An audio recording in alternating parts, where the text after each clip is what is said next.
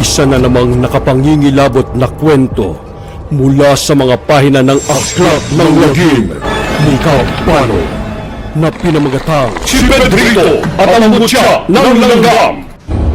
Mga kwento ng lagim ni Kabano.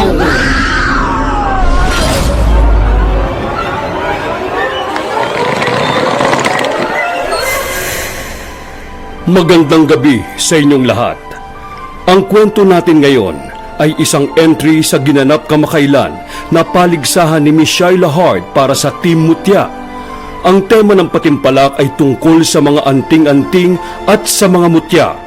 At isa si Kabanong na inyong lingkod ang naanyayahan bilang hurado sa patimpalak na ito.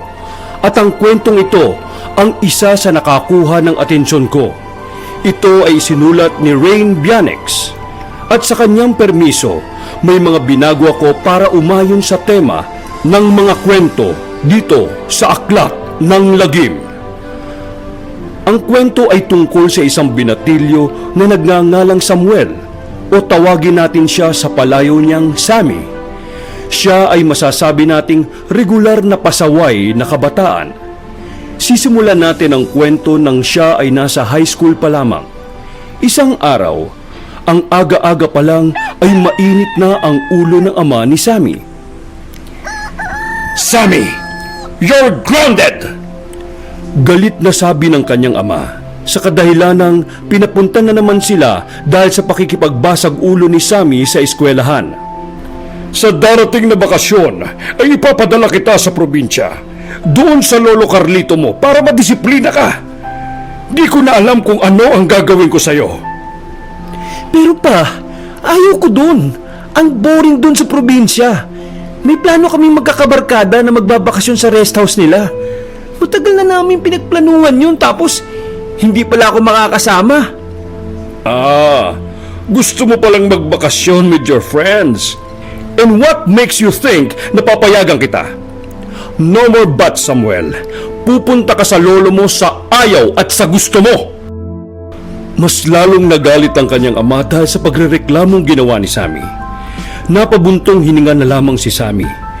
Pasaway siya na binata pero di niya kayang sumuway sa kagustuhan ng kanyang ama. Matapang siya sa eskwelahan ngunit sa isang titig lang galing sa kanyang ama ay bigla na lang nababahag ang kanyang buntot. Susubukan pa niya sanang sumagot, kaso lang napipi talaga siya. May kung ano sa ama niya na ikinatatakot niya. Dumating ang araw ng bakasyon. Hinatid na kaagad silang magkakapatid sa bahay ng lolo nila. Masayang-masaya ang kanyang mga kapatid dahil unang beses pa lamang nilang makapunta sa probinsya. Habang si Samuel ay nakasimangot dahil di niya magagawa ang plano niya sa bakasyon. Tanghali na nang sila'y dumating sa lugar. Sinalubong kaagad sila ng kanyang tiyo Edgar. Nilibot niya ang kanyang paningin sa paligid. Lumang-luma na ang bahay ng kanyang lolo, ngunit napakaganda nito. Maaliwalas ang simoy ng hangin at napapalibutan ng maraming malalaking puno at mga halaman. Nang pumasok sila, ay namangha siya sa laki ng loob nito. May mga antik na kagamitan sa loob nito. Sa may sala, ay nakita niya ang isang matandang lalaki na nakaupo sa wheelchair. May 4 na bata na nakaupo sa sahig sa harap nito. Lumapit rito ang kanyang tiyuhin sa matanda at bumulong. Napalingon ng matanda sa kanilang kinalalagyan at ngumiti ito. Lumapit kaagad ang mga kapatid niya at ang kanyang mga magulang at nagmano sa matanda. Sandro, anak ko, mabuti at napadalo uli kayo rito.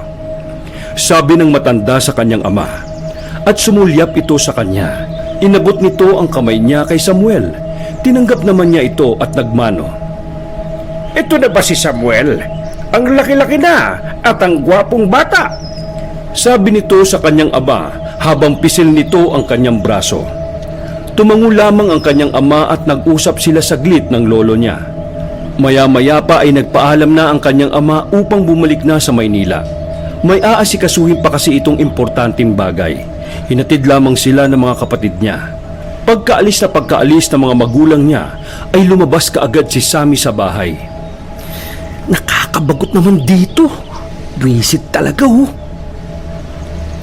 Gustuhin man niyang umalis sa bahay ng kanyang lolo, ay di niya magagawa kasi sobrang liblib ng lugar na ito. Kailangan pa yata niya maglakad ng 30 minuto upang makarating sa isang kapitbahay. Napaupo na lamang siya sa isang malaking ugat na nakausli sa ilalim ng mangga. Inilabas niya ang kanyang cellphone at sinubukang maglaro ng ML. Ngunit Walang signal. Kainis naman, oh. Ay.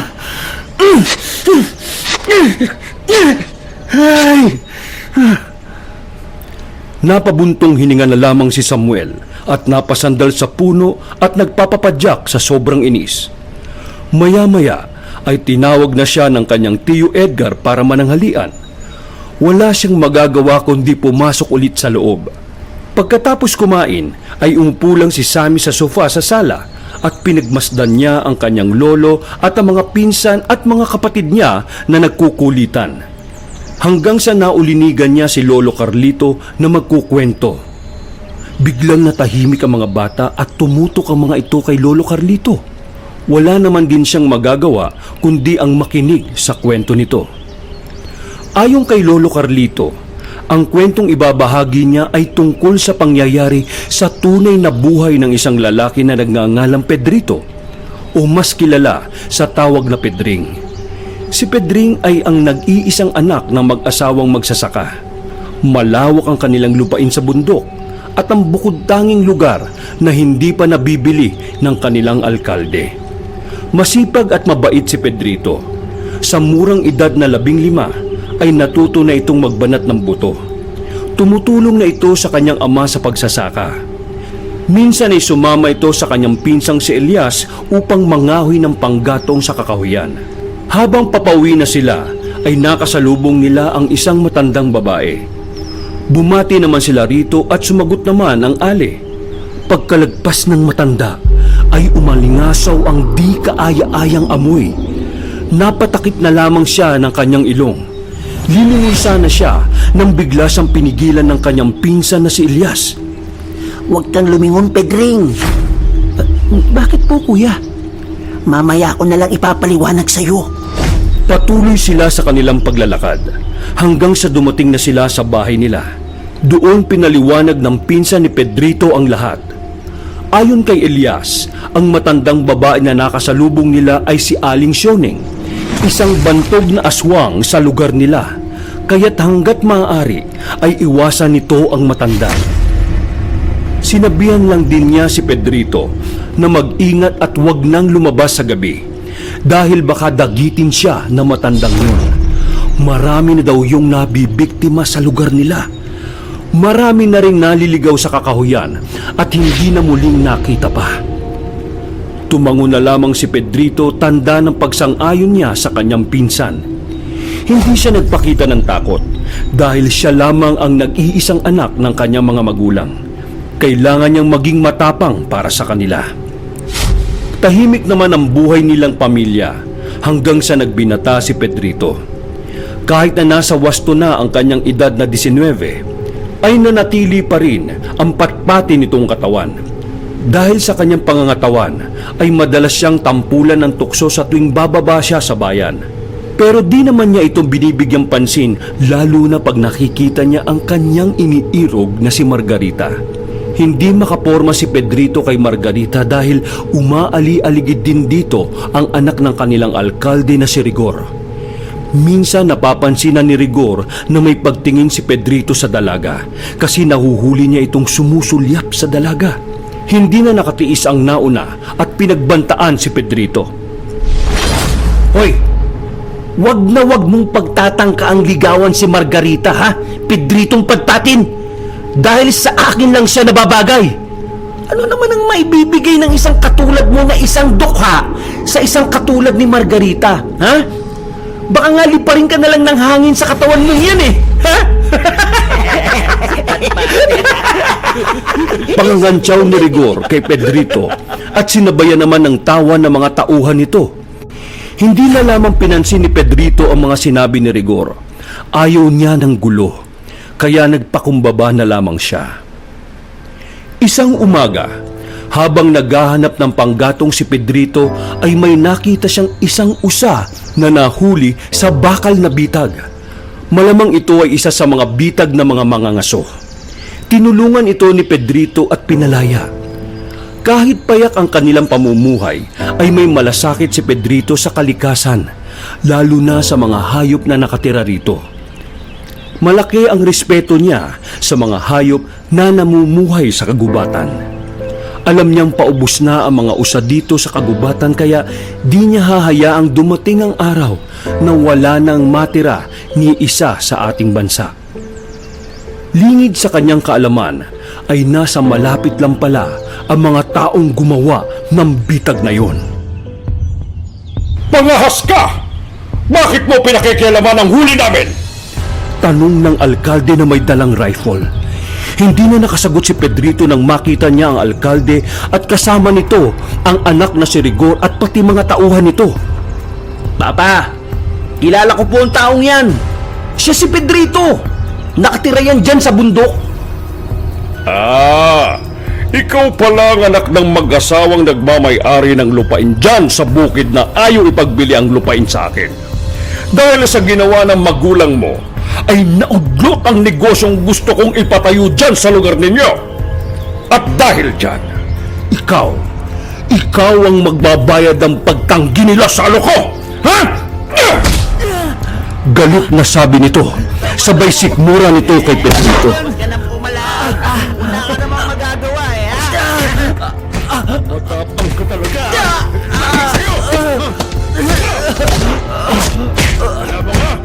Napahawak si Pedrito sa tiyan niya dahil sa sakit.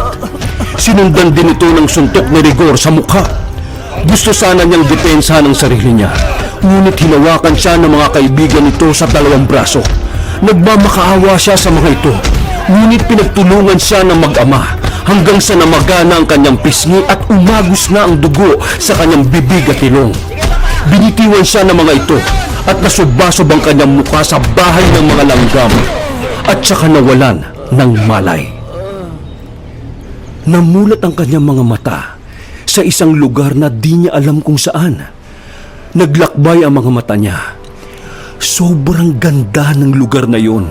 Maraming bunga ang mga puno at punong-puno ng kakaibang bulaklak at halaman sa paligid. Sa isang malaking bato ay nakita niya ang isang napakagandang babae. Kumikinang ang suot nitong damit. Hinahaplos nito ang isang pamilyar na usa. Usa na siyang pinalaya niya kanina. Dahil sa pagkamangha ay di na nagawang magsalita ni Pedrito. Nakatitig lamang siya sa babaeng yun. Biglang inabot ng babae ang isang maliit ngunit kakaibang bato. Kulay dilaw ito at kumikinang.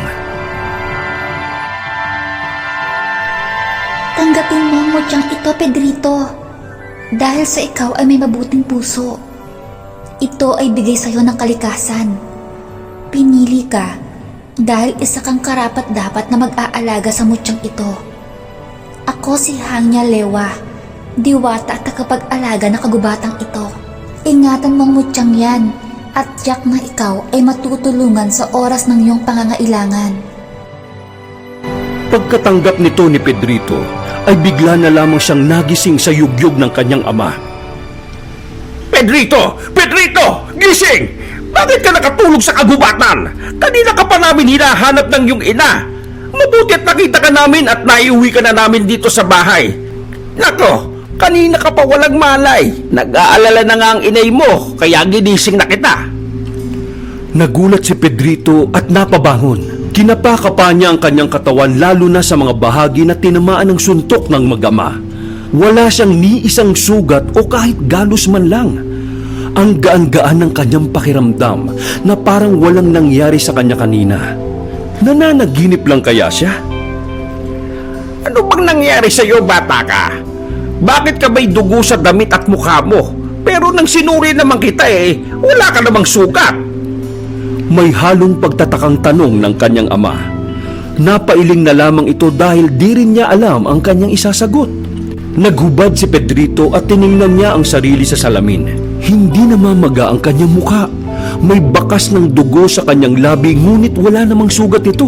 Kinapa niya ang bulsa niya at may nakapa siya sa loob nito. Ha? Totoo nga. Hindi pa naghinip ang nangyari sa akin sa kagubatan.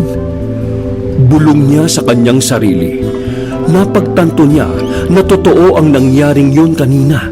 Binalot niya ng pulang tela ang mutya at isinuot niya na parang habak. Isang araw, habang naglalakad si Pedrito ay di niya namalayan ang biglang pagbagsak ng malaking sanga ng puno ng mangga. Nagtaka siya dahil mabilis siyang nakaiwas dito. Paano nangyari yun? Isa ba sa kapangyarihan ng mutya ang mapabilis ang kanyang pagkilos? Gulong-gulo ang isip niya at hindi siya makapaniwala. Nagdaan ng ilang buwan ay tahimik naman ang pamumuhay nilang mag-anak. Masagana ang ani sa palayan ni na Pedrito. Hanggang sa isang gabi ay pinasok ang kanilang tahanan ng mga armadong bandido. Tinutukan sila ng mga dala nitong baril. Magsitaba kayo! Huwag niyo nang subukan lumaban kung hindi mamamatay lang kayo! Parang awa niyo na! Huwag niyong sasaktan ang pamilya ko! Pedring, dito ka lang sa tabi. Huwag ka na lumaban. Sumunod ka na lang sa kanila. Nagsipagdapa ang kanyang mga magulang.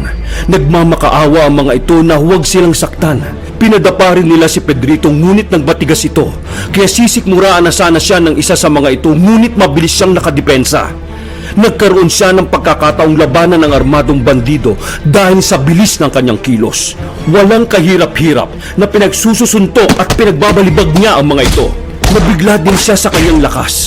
Napansin na niya ito nung nagbubuhat siya ng sakusakong bigas. Ngunit dahil sa maraming gawain, ay pinagsawalang bahala niya na lang ito. Kakaiba ang pinamamalas niyang bilis, lakas at tapang. May nakalusot na isang bandido at nagawa siyang barilin ito. Matigas ka! Tingnan natin ang galing mo sa baril ko! Wag! Anak! Napasigaw ang kanyang mga magulang dahil akala nila ay katapusan na ng kanilang nag-iisang anak. Ngunit tumalbog lang ang bala na tumama sa kanyang katawan. Nang dahil doon ay nagsitakbuhan ng mga bandido dahil sa takot. Sinubukan niyang habulin ang mga ito ngunit kanya-kanyang takbo ang mga bandido. Naiwan ang iilan sa mga armas nito at napagpasyahan niyang ibaon ang mga ito sa lupa para hindi na magamit pa ng kahit sinong tao sa kasamaan. Nang dahil sa nangyari, ay manghang-mangha ang kanyang mga magulang sa kanya. Ikinuwento niya sa kanyang mga magulang ang lahat at nanatili yung sikreto ng kanyang pamilya. Kumonsulta din si Pedrito sa isang antingero. Nang makita ito ng antingero, ay napag-alaman niya na ang binigay ng diwata ay isang mutya ng langgam. Mutya ng pampaswerte na kapagbibigay ng matalas na pakiramdam at abilidad, tagalihis at higit sa lahat, di tatablan ang nagmamay-ari nito ng kung anumang sandata na ipupukol sa kanya, kaya kahit bala ng baril ay hindi umuubra. Nagdaan pa ang ilang araw ay dumapo na din ang swerte kay Pedrito. Lumago pa ng lumago ang kanyang mga pananim hanggang sa nagkaroon na din siya ng pwesto sa palengke. Nakuha niya din ang matamis na oo ni Margarita. Nang dahil sa mga yon, ay mas lalong nag-init si Rigor. Sinubukan niyang tambangan ulit si Pedrito ngunit gaya ng mga armadong bandido, di sila nagtagumpay sa kanilang mga binabalak hanggang sa nabisto ang mga iligal na gawain ng ama nitong alkalde. Isinuplong at nakulong ito. Nagpakasal na sina Margarita at Pedrito at bumuo na ng sarili nilang pamilya. Nasubukan na naman ang bisa ng mutya ng langgam nung nagbuntis si Margarita sa una nilang anak. Gabi-gabing ginagambala ng aswang ang kanilang bahay. Sapagkat ito'y yari sa yero, ay dinig na dinig nila ang mga kalabog sa bubong. Mabibigat ang mga yapak nito. Palipat-lipat na wari naghahanap ng butas na pwedeng mapasukan. Nabanggit ni Margarita na lagi niyang nakikita si Aling Sioneng na laging dumadaan sa harapan ng kanilang bahay. Naalala ni Pedrito ang kwento ng kanyang pinsan noong bata pa siya. Dahil sa hindi na siya nakatiis, ay lumabas na si Pedrito ng bahay at nagmura. Hoy! Aling Sioneng! Hayop ka! Demonyo ka talaga! Mabuti pang umalis ka na! Akala mo hindi ka namin kilala? Huwag mo akong subukan! Hinamon niya ang aswang na bumaba at labanan siya. Kahit anong gawin ng aswang, ay hinding-hindi niya makukuha ang anak ni Pedrito. Walang ano-ano, ay umatake na ang aswang. Ninundag siya at mabilis siyang bumaba at umilag. Dahil sa liwanag ng buwan, ay kitang-kita ni Pedrito ang kabuuan ng aswang. Itim na itim ang mabalahibong balat nito at mahahaba ang buhaghag na buhok. May nanlilisik at nagbabagang mapupulang mata. Matalas sa mga ngipin at kuko. Mahaba ang braso nito. Palundag-lundag ito sa mga puno. Hindi inalis ni Pedrito ang kanyang tingin sa halimaw. Gamit lamang ang kanyang itak, ay pinilit niyang labanan ang aswang na yun. Tinalunan siya nito at bumagsak siya sa lupa. Naitapon niya ang kanyang itak at sinubukan siyang kalmutin ng halimaw. Nakipagbuno si Pedrito. Kinalmot siya nito ngunit di makabaon ang mga kuko nito sa kanyang balat. Pinigilan ni Pedrito ang aswang na makalmot siya sa mukha. Tinadyakan niya ito at tumilapon nito. Sinugod niya ito ng suntok.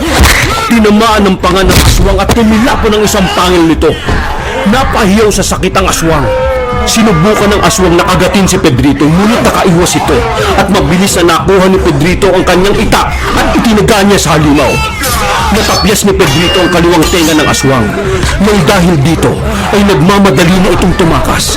Patalon-talon ito papalayo hanggang sa naglaho na ito sa dilim. Wag na kayong babalik dito, halimaw ka! Kilala kita!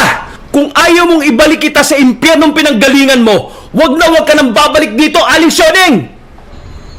At simula nga noon ay hindi na ginambala pa sila ng aswang hanggang sa nanganak si Margarita. Kahit na umunlad ang buhay ng mag-asawa ay nanatili pa rin ang kanilang kababaang loob. Tumutulong sila sa kanilang mga kababaryo hanggang sa lumaki ang kanilang nag-iisang anak. Pinalaki nila ito na may takot sa Diyos at may kabutihang loob. Namuhay sila ng tahimik, masaya at mapayapa.